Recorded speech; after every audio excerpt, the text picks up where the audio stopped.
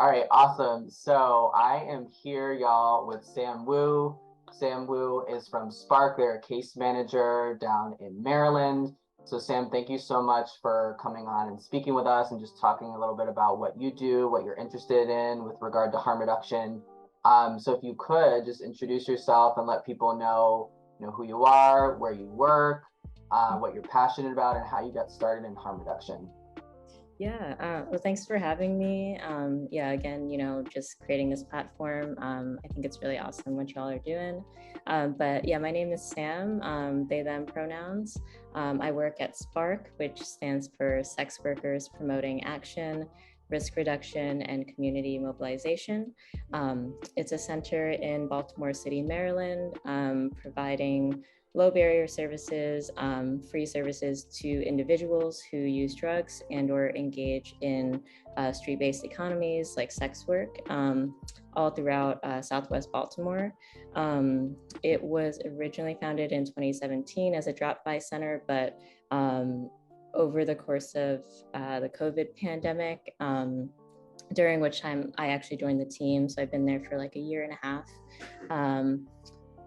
It was originally founded as Drop-by Center, but has really expanded to include a very large mobile component where we literally and physically, meet people where they're at, and that's really been crucial to creating more accessible services for the communities that we work with. My specific role there is as case manager. So, like connecting participants to services that we specifically offer at SPARC, which includes, reproductive health services. We host legal clinics. We also have, just harm reduction supplies, we're an SSP, and we hand out naloxone and do, various trainings throughout the city as well. That's just a little bit about, what SPARC is, what my role is there. What was the other part of the question? No, it's all good. That was like a 3 or 4-parter, so that's on me. So thank you. No, thank you for explaining. And I know the acronyms, right? We always joke that like in harm reduction, we have 10 million acronyms and everyone's like, what the heck does that mean? So thank you for breaking it down. So really what I always like to ask people is what drew you into harm reduction? Like what's your origin story, and share what you want, right? Like we don't have to get too granular if it's too personal or if it's triggering, but really just, was it a conversation with someone or was it your own lived experience? If you could just talk a little bit about that. Sure. So what initially drew me to it, and where I first heard about it actually was through a friend who is, who's at Baltimore Harm Reduction Coalition, and that was back in 2017. And I think at that time, the HRC was really, starting to get off the ground, and so I had a lot of conversations with the individual over there. And I had never heard of it before, and it just really clicked. It made sense to me as somebody who has always had an interest in community health, and trying to reimagine what health and healthcare provision can look like. And I think what really drew me in was its focus on the health and dignity of people who have historically been stigmatized and oppressed, and especially as somebody who's from a Vietnamese immigrant family who very much felt a lot of that, growing up, and saw family members dealing with a lot of that. And as I think, culturally, at least in my family, in a Vietnamese immigrant family, drugs and sex and conversations about sexuality are very much things that are not talked about at all. And I think, that just adds another layer of, both externalized and internalized shame and stigma around that. So I think, having that background, and this interest in community health, when I heard about harm reduction, I immediately was kind of, drawn to it and wanted to learn more about it.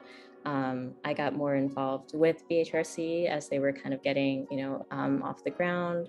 I started by volunteering with them, you know, from just, putting kits together for their outreach, to attending and also trying to bring naloxone trainings into spaces that I was already in, which included like the skating community here in Baltimore. I was already very involved in that, and I wanted everyone to know about harm reduction and, that about naloxone and that you can carry it. And I just really wanted to kind of bring that more into those spaces as well. And in addition to that, I started getting involved with Baltimore Jail Support, which is an organization that connects individuals being released from jail to various resources. And there was some overlap there with harm reduction in that harm reduction supplies were being provided as well, as individuals were being released from jail, which included like safer sex supplies, hygiene kits, connecting people to rides, all of those things. I think it, started as like a conversation with somebody, really spoke to, where I was coming from and kind of where I wanted to be going, and just getting more involved in those spaces. It kind of grew into, where I am today. Wow, yeah, you've done a lot. So you said in 2017, wow, so it's been what, 5 years already? You've been kind of around and involved. So that's amazing. So Baltimore Jail Support, you're obviously doing work with SPARC now. You were involved with BHRC, which is phenomenal, great organization. For folks that don't know, check them out. But you mentioned the skating angle, which is really interesting. I remember in our first conversation, you had mentioned Queer Skate Baltimore. So can you just tell people a little bit about that project and kind of what the goal or the intent or purpose is there? Yeah, I think, Queer Skate Baltimore we started it in summer of 2019, I want to say. It was a group of 6 local queer skaters, myself included, who came together and, realized that there, especially in the skate community here, there wasn't really a sense of safety when you went to skate parks. It felt, especially if you were trans, gender nonconforming, and BIPOC as a skater at the skate park, it didn't always feel like a safe space. So we decided to come together and created this collective whose goal is to uplift, center, and create safe spaces for local queers to skate, be in community with one another, and honestly, just celebrate queer joy in those spaces.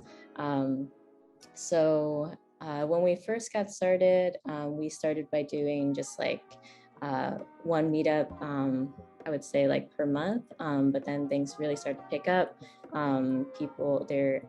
People were starting to get more interested in trying out skating, because I think, they felt safer and there was this growing community around it. So we got to the point where we were doing like weekly meetups that became like skill shares. People would just come and hang out and build community with one another. It just was a great alternative to some local spots that felt very, like I said, exclusive to queer folks, and particularly BIPOC queer skaters. In June of 2020, we started doing a little bit more community organizing.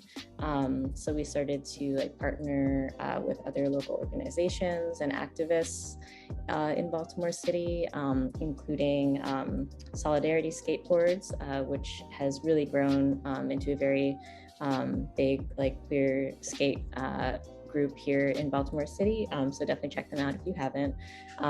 But we partnered up with them as well as some individual activists to organize a Skate for Change protest where we basically skated from like across the city to City Hall to show up and show solidarity with and uplift Black voices within our communities. And then later that summer, we also supported another event at a local skate park to celebrate life, where we partnered with Baltimore Ceasefire, which is a group that organizes here to increase peace in the city.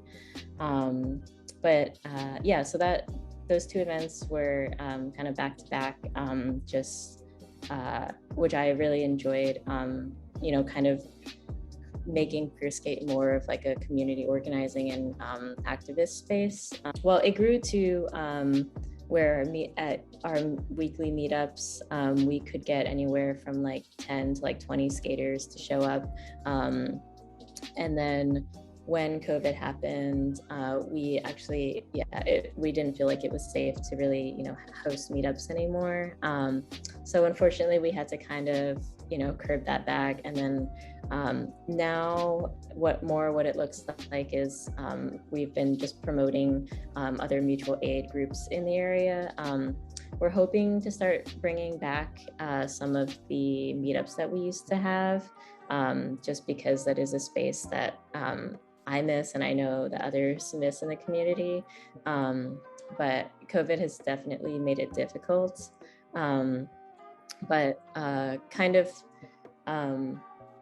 At the start of the pandemic, we actually installed a mini half pipe outside of a queer tattoo and artist collective that continues to be used, by local skaters for like much smaller meetups and by kids in the neighborhood that live there.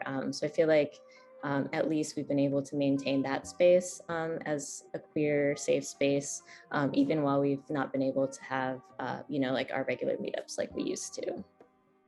Wow, I want to go and visit all that. It sounds amazing. And you installed a mini half pipe. I love that. Yeah. Was that something that you did, or was that like the city, or who was supporting that? I'm just curious. Yeah, so there was a neighborhood association that kind of approached us. They wanted to also, create more spaces for people to be outside. They wanted kids to be able to use, like outdoor spaces more, particularly in that neighborhood. So they approached us, and they basically were like, we have this space. What are you all envisioning for, what we can do with it? And so we were like, it was a dream, to create our own queer skate park, basically. To literally create this alternative space to some local skate spots where people weren't feeling safe. We got some funding through that, and we're able to work with a local skate park here, Charm City Skate Park, that came and built this whole mini half pipe for us that's been there since I want to say since like summer of last year, and it's still in use. I love that. That's amazing. Wow, it sounds like you've really created, or you have been part of this whole cultivation of community, especially in a time of need, right? Like, but this reminds me too about when I was talking with Luke,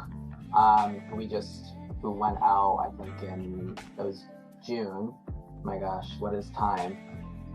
They talked a lot about mutual aid, and to read directly, they have a quote that was fantastic that said, "When mutual aid is taking place, it's because the state is not providing what people need and deserve," right? And I feel, correct me if I'm wrong, I feel like Queer Skate Baltimore was kind of like, we have this love of this sport, this love of skating, right? But like, we're seeing deficits in our community and we're not seeing enough. It's not to say that other organizations or agencies aren't trying to do this work, but it's never enough. There's never enough funding, resources, people, time and energy. And then you mentioned COVID too, which completely set us back, not only with the loss of life that was inherent with COVID that, if I'm being honest, did not need to happen that way, right? There were tons of not only policy failures, and some would argue the system worked the way that it was intended to, right? If we're being really blunt about it. But I think what I'm trying to get at here too is like, so much with queerness and community building, we find ourselves at that intersection of harm reduction. And a lot of the folks, I don't think it's any secret that a lot of the folks who, we've interviewed so far, this meaning harm reduction has been kind of a way to affirm their identity. It's almost like a chicken or the egg kind of argument. Like some people find more affirmation after they've joined the movement, or some are like, I'm really pissed off about this thing. I'm very queer, I'm very trans, I want to join a movement that kind of aligns with that. So I'm curious, in your experience, like what's been your experience of your queerness and your queer identity in harm reduction, in the larger harm reduction movement? Yeah, I think that, well, what I love about harm reduction is the emphasis on, radical love, flexibility, creativity. And I think a lot of that, like a lot of those principles are very inherent in queerness and in queer movements. I think existing as a queer person in itself, is arguably extremely creative. And I think a lot of queer movements and queer communities also are centered very much on, radical love. So I think I really appreciate that overlap, and also found a lot of, like you were saying, a validation in finding a movement that is really centered on, on those tenets or on those principles, and on building community, which I think is also something that I love about being queer. I think, like you were saying, a lot of our community's needs are often, not met by existing systems, including healthcare systems, mental health, housing, all of those are often not met by those. And I think queer movements and queer history really shows that it's often us that gets together and meets those needs in very creative ways, creating these mutual aid networks, creating spaces like Queer Skate, where, you can celebrate that love and get to know, celebrate that joy, and get together and build connections. I think the point you were trying to make was talking about, those mutual aid networks, and that's really been like the backbone of like the queer community, right? It's almost like synonymous with queerness, is because we've had to select our own chosen families, right? We've had to make our own way, and it's not always that your guardians or your parents are going to accept you. And then when you're layering that on with race and ethnicity, right? And that's a very difficult conversation to have. And I think one of the great things too that's talking with you is you had mentioned, your cultural upbringing of being part of a immigrant Vietnamese family. And I don't know if you want to touch on that more, but I'm really curious because I haven't talked to anybody with that specific, identity yet. So, have you talked about harm reduction with your family? Have they been open to it? What are you feeling like you're bringing to the table that maybe other people in harm reduction are just not getting or understanding? Yeah, I have tried to talk to my family about it, but like I said, I think particularly in, and I'm speaking very much from a Vietnamese immigrant family perspective, recognizing Asian communities are extremely diverse in experiences and identities, but at least in my community and in my family, it's really not something that's talked about, and I've tried, but I think because there's so many layers of shame and stigma around drug use and sex in these communities and in my family, I think like that's kind of the sticking point. It's kind of difficult to get through, and I try to frame it as like this is an approach that puts people first and meets people where they're at, regardless of where that might be, and it's just, I think it's difficult to get past those layers of shame and stigma. And I think it's also further complicated by, this model minority myth in America, that, Asian Americans have kind of,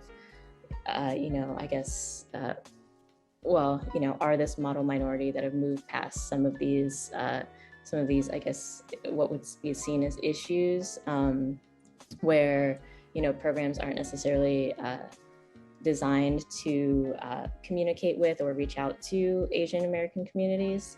And something I would like to see more of in harm reduction is definitely, I think, more representation of diverse Asian and Pacific Islander voices, particularly queer and trans gender nonconforming Asian voices.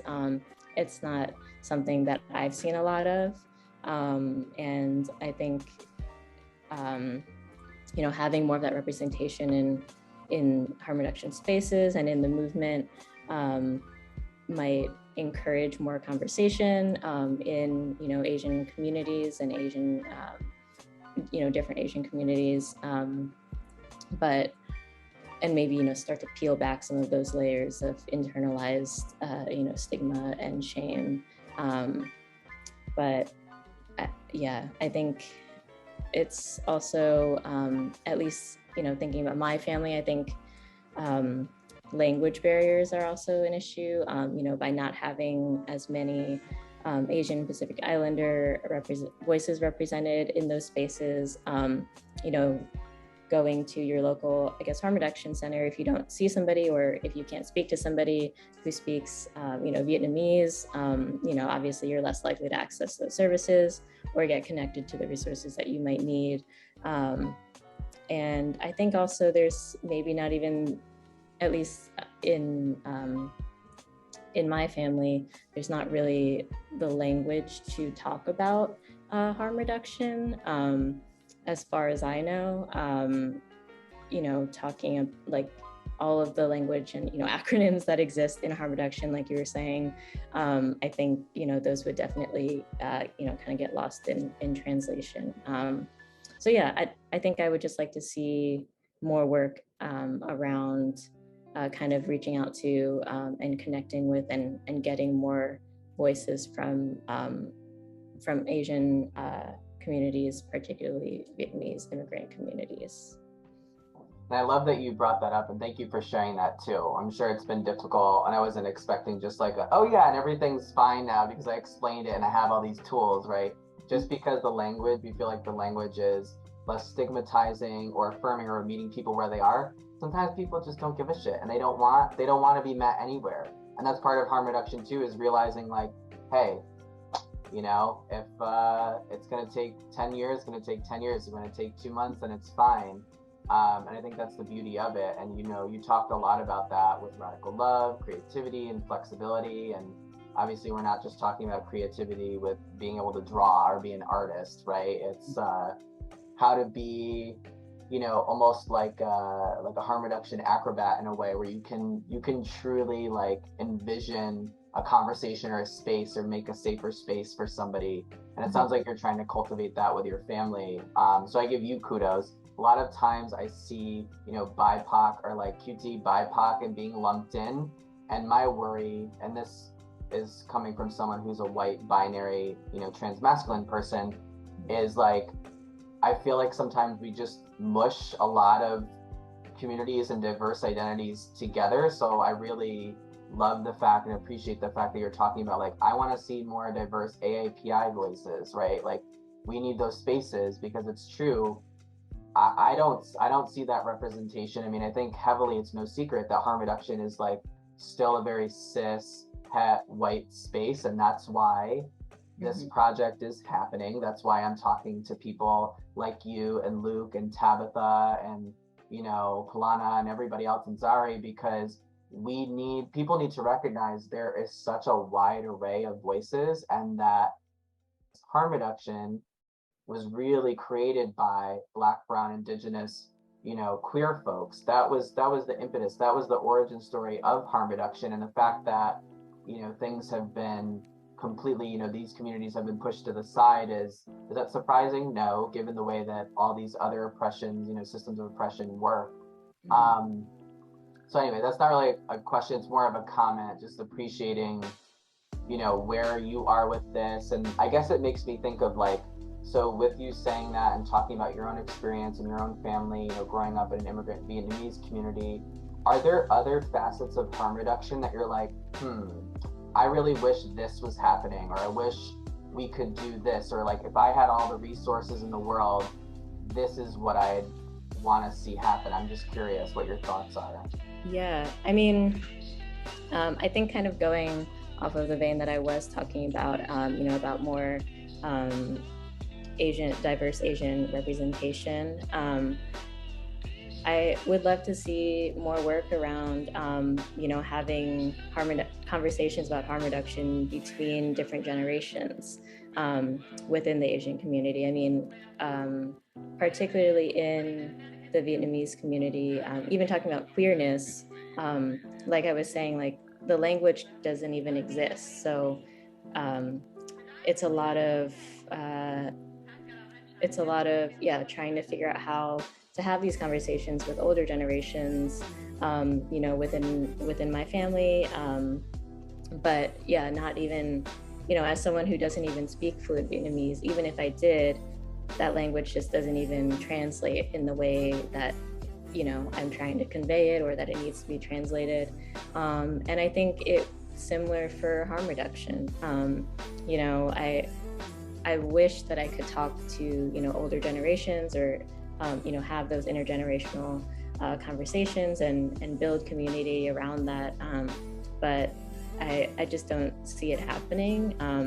And I would love, to see more work put into that, creating those spaces where, you're bringing together maybe like younger queer, harm reductionists, and particularly like Asian harm reductionists that, creates that dialogue between these generations, to maybe finally, work through some of that stigma that exists there, work through some of that shame. That's just something that I have been very passionate about lately, is, beyond harm reduction, is creating those ties, especially in Vietnamese culture. And I do think the same is true for a lot of different Asian families, is that, you do have very deep connections like across generations. There's, respect for your elders and all of that, and, caring for your elders. But I would love to see, I think, just more, more dialogue and more spaces created to specifically talk about queerness and harm reduction, across those generations. Wow, that's a really good point. And that blew me away. I put a little note down because you're like, how do you have these conversations when the language just doesn't exist? And I always think to myself, I think the English language is very restrictive when we're talking about, gender identity, gender expression, things like that. So not even having some of those terms, I can't imagine. Like, where do you start? Like, how do you get into that? You almost have, I think, particularly for queerness and for harm reduction, it's a lot of, harnessing that creativity and literally like inventing your own language, to talk about it. I know there is some dialogue in the queer Vietnamese community about, there's no word for non-binary. So, different people have come up with like new words, like they literally invented new words, like combining, it's like chun, but it's like combining two gendered words to create something new that is a new term for non-binary, basically, or like somewhere in between, gender expansive almost, but which I think is really beautiful. And I would love to see some of that creativity, I think, harnessed for harm reduction as well, and talking about sexuality, talking about, substance use, and finally, peeling back some of that shame and stigma. That's awesome. I love that. I love these conversations are happening. And it makes me think too of like a lot of the push in recent years I've seen with like Spanish language and trying to, not, because the language is very gendered, right? So if you have like Latino or Latina, and you have the word Latinx or Latine, which has been like a source of contention as well. Or instead of like AS and AOS, someone saying like AS and things like that. So in Vietnamese, is there like a certain gendering of the language? Does that kind of happen? I know you said you're not fluent, but the knowledge you have of it, does that exist? Or yeah, I mean, for some words, but I think that's the other part of the conversation, like the words that have been combined to create this new term for non-binary.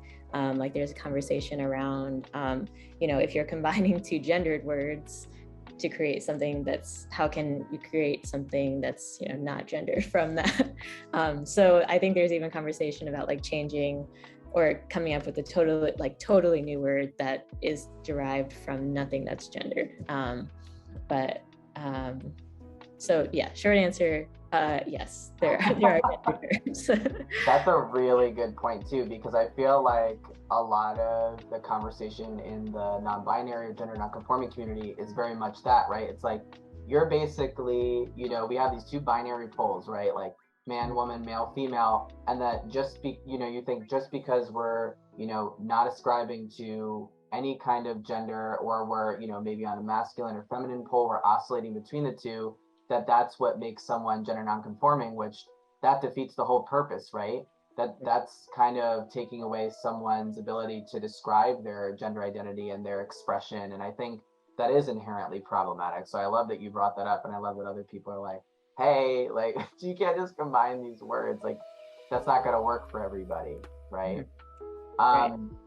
I think one of the things I want to go back to, because I think it's super important to center sex workers and making sure that people really understand the work that SPARC is doing. Can you talk a little bit about, in your time in being there, because you said you've been there about a year and a half, what kinds of things can organizations be doing to make sure that we're supporting sex workers? Like what things are working well, what things maybe aren't working so well, and what kind of like trends are you seeing? Yeah, well, I guess I can speak a little bit more about the history of SPARC, where it came from. And, by no means am I an expert because, like I said, I've only been there a year and a half, but SPARC was created out of a project that was specifically trying to create or come up with an approach that could offer low barrier free services specifically to sex workers that were working in like downtown Baltimore City in strip clubs down there. And it kind of, it was initially a research project to try to bring attention to the needs of sex workers and kind of uplifting their voices. But out of that, did grow this center that was, I believe, started as like a mobile outreach program where, an outreach team would go out at night and just, park like just down the street from the stroll, or, down the street from or outside of the strip clubs. And sex workers or, whoever was out at that time could just come up to the van, access whatever services they needed, pick up supplies, pick up condoms, safer sex use supplies. And from there, things just started snowballing to create what is now the Drop-By Center that's over in Big Town in Baltimore City. And I think, when the Drop-By Center was founded, services did become more, just like focused on being at the center, creating a safe space for people to just kind of drop in. You could hang out all day. While you're there, you could access like BUP or, see the BUP provider, which I think was there a couple times a week. You could access reproductive health care. You could pick up supplies. You could take a shower, do laundry, all of that in that space. With COVID, things had to kind of things did shut down at the center. And I think has been sort of the impetus for transitioning more to a mobile outreach again, which is, kind of, I think where they started. But that, I think the mobile outreach component, I think, has been a huge asset in terms of making the services more accessible to sex workers out in Southwest Baltimore. We've been able to reach a much larger part of the community by, literally being out in the van. I want to say we started the very beginning of COVID. So in, what was that, already March 2020. That was when a small part of the SPARC team was going out and, kind of doing what they did in the beginning, kind of just, delivering supplies to a few clients that we used to see. But then since then, now we do outreach like 3 times a week to different neighborhoods. And in any given week, I want to say we see up to almost 300 different participants. And we literally, and physically meet people where they are, whether that's, meeting us on a corner, at their house, or, anywhere. And I think that has been really essential to getting participants connected to the services that they need. And especially as a case manager there, it's been really great in terms of helping participants to stay connected to services. And, I'm able to see different people that we work with, like at least on a weekly basis because of that, which I think is pretty huge, given, people move around a lot and don't always have reliable transportation or reliable access to phones. So it's been really great engaging with the community, like in that way and in that format. And it continues to grow every week. Like every week we're able to meet, I would say at least like 4 new participants, throughout the different neighborhoods that we go to. We haven't done an interview with anybody in Maryland or in Baltimore, and I think you've really made me want to go visit down there and just see what's going on. I mean, everybody's work just sounds so interesting, but I love that. And it's interesting that SPARC started as more of a mobile outreach kind of deal and then created the drop-by center. And it's interesting too. So a lot of folks will say like drop-in center. Is there like a certain reason that you all like the language drop by, or is that just kind of like, hey? So it did used to be a drop-in, but I think because we've had to, the center is open now, but more for you can't really come in and hang out right now because of COVID. So that's why we say drop by. It's kind of, you're dropping by, picking up supplies, stopping in to see the nurse, stopping in to see the case manager or the counselor, and then, not like hanging out in the space. Yeah. So we just wanted to make sure we were, creating clear expectations for people when they come by. But I like that. Yeah. I like that. Yeah, I feel like a lot of our conversation has been centered on this idea of language, right? And how crucial and important it is. So no, I appreciate that. And I, as someone who was a case manager for like 3.5 years, I totally am envious that you were able to hop like in the mobile unit or like be able to reach, participants and people out in the community, because so often we're expecting people to come into our office that, like, especially if you don't have a phone, you don't have reliable transportation, it's not going to work. And then, there are these quote unquote deliverables for this paperwork or things you have to enter in a grant year or whatever it is. And I'm talking about, someone who's had experience with the Ryan White system, being an HIV medical case manager for a long time. So I can only imagine how invaluable that is to your work. Yeah. And I do think the other thing that has been really key to both working with people who use drugs and or engage in sex work has been, you know, of course, like building those relationships and building that community. You know, going back to what I was saying, like, you know, we add sometimes, or I would say on average, like 4 new participants each week. A lot of that is just by word of mouth, by, you know, community members that we already work with, like being like, have you heard of this program? Like, you should connect with them. And I think that has been huge in terms of, again, like helping people to access our services and get signed up with our program. And I think part of building that trust has been the consistency in our program. Like people know to expect that we're going to be delivering like once a week on this day at this time, and there's not much variation. You know, there's some variation in like the supplies that we offer, just based on like what we're able to get, but there's, you know, relative consistency in you know, in what to expect, and I think that's also why you know, over time, just the amount of people that we work with has just continued to grow pretty exponentially. Wow, word of mouth, that's powerful. Yeah. I was gonna ask you too, I was like, is it social media? Is it word of mouth? Is it a mixture of both? Yeah, I would say it's like definitely at this point just predominantly word of mouth.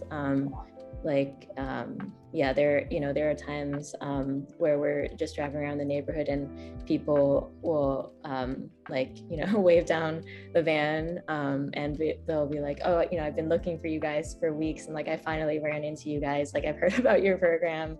Like people recognize the van like right away. It's got a very distinct logo on it. But yeah, so that's been really awesome to see, and I think that's, yeah, pretty key to working with, like I said, like people who use drugs and sex workers out in Southwest Baltimore. Wow, that's amazing. Yeah, thank you for elaborating on that. I appreciate it. So I think one of the things I just want to close with is there something, like any final thoughts based on this conversation, which, believe it or not, has been 45 minutes long so far. It probably doesn't feel like it, and I love it. But are there some things that you kind of want to impart on us, or things that, you know, again, going back to that question earlier about like, what do you envision harm reduction to look like, or what things would you change? I think, you know, based on your work, you know, with people who do sex work, you know, people who do drugs, you know, talking about Queerscape Baltimore, like everything combined or nothing combined, what do you, like, how do you envision the next 5 or 10 years in harm reduction to be? Like, where do you think we're going? It doesn't have to be a positive, you know, it could be something negative. Who knows? I'm just curious what you think. Well, I think, you know, just seeing how much mutual aid has grown lately, and even in Baltimore City, in the past 2 years or so, I've seen new movements show up that are, you know, created by and for the queer community, and I think I'm hopeful that, you know, that trend will continue and that the same thing will carry over in harm reduction. You know, I think having a movement that's yeah, like created by and for the queer community, I think is key to creating, you know, that sustainable movement. And also I think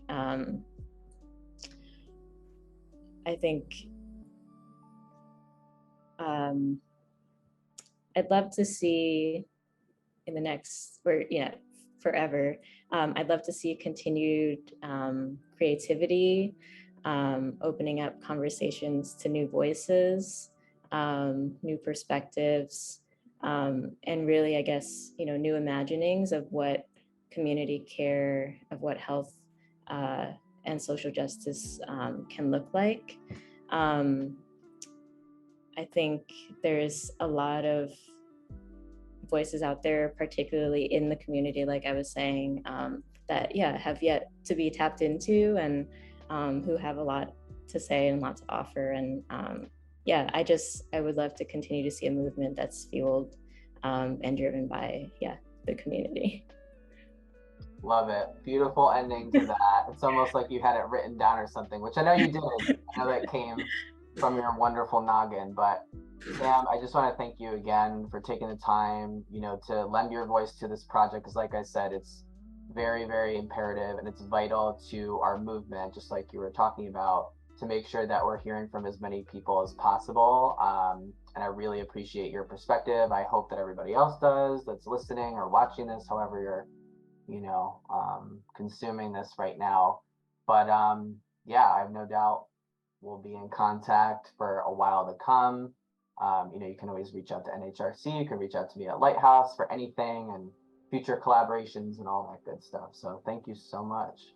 That sounds great. Thank you so much for having me. Thanks for putting up with some of my disjointed thoughts today on a Friday at 2 p.m. No problem.